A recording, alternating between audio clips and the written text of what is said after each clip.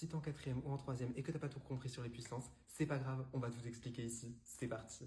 Donc en primaire, vous avez vu ce qu'était la multiplication, c'est-à-dire si je multiplie un nombre x par un nombre n, je vais l'additionner par lui-même n fois. Par exemple, si je fais 2 fois 3, c'est égal à 2 plus 2 plus 2. Ici, on a bien 3 fois le chiffre 2, ce qui fait 6.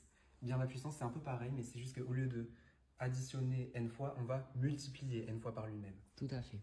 On le note comme ceci, donc on écrit le nombre qu'on appelle la base. C'est le nombre que l'on va multiplier n fois par lui-même. Et on écrit en petit et en haut du nombre. En exposant. L'exposant du coup, donc la puissance. Et ça va être le nombre de fois par lequel on va multiplier la base par elle-même. Par exemple, 2 puissance 4, c'est égal à 2 fois 2 fois 2 fois 2. Donc ici on a bien 4 fois le chiffre 2. Si on fait 2 fois 2, ça fait 4. 4 fois 2, ça fait 8. 8 fois 2, ça fait 16. On va prendre notre exemple. Si on prend le chiffre, pardon, pas le chiffre, le nombre 10, et qu'on le met à la puissance 3, c'est égal à 10 fois 10 fois 10. Donc on a bien 3 fois le nombre 10. Donc 10 fois 10, ça fait 100. 100 fois 10, ça fait 1000. C'est donc égal à 1000. Parce que aussi, 10 puissance 3, on a bien 3 zéros à la fin. Là, le nombre, l'exposant ici correspond au nombre de zéros. Mais attention, ça ne fonctionne que pour le 10. Vous ne pouvez pas dire 2 puissance 4, c'est égal à 2 suivi de 4, 2, malheureusement. Et donc, si on met un autre nombre, cette fois-ci par exemple le nombre 8, qu'on le met à la puissance 1, c'est égal à 8 multiplié une fois par lui-même. Donc c'est égal à 8. Et ça marche avec n'importe quel nombre.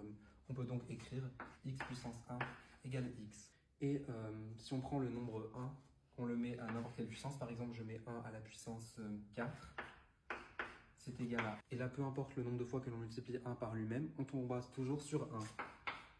On peut donc écrire que 1 à la puissance n, c'est égal à 1. On n'a pas une convention qui nous dit aussi puissance 0, ça fait quelque chose? Oui, c'est vrai, parce que là, vous dites, mais comment on fait si on multiplie un nombre 0 fois par lui-même? Ça n'a pas de sens. Alors, il y a du coup ce qu'on appelle une convention, c'est-à-dire on a décidé que c'était ainsi pour que les règles mathématiques fonctionnent. Mais donc, si vous prenez n'importe quel nombre à la puissance 0, il sera égal à 1. X à la puissance 0, c'est égal à 1. Et la règle, donc pour le 1 qui dit que 1 à n'importe quelle puissance fait 1, ça marche aussi pour le 0. 0 à la puissance n, c'est égal à 0. Qu'est-ce qui se passe si on fait 0 puissance 0? Est-ce qu'on peut dire que ça fait 1 ou est-ce que ça fait 0? Eh bien, c'est quelque chose qui n'a pas été décidé, c'est un petit peu mystérieux, donc cette notation, elle est interdite en maths. C'est comme si vous divisez un nombre par 0, ça ne fonctionne pas, vous ne pouvez pas séparer un gâteau en 0 parts. Eh bien là, c'est pareil, c'est quelque chose d'interdit.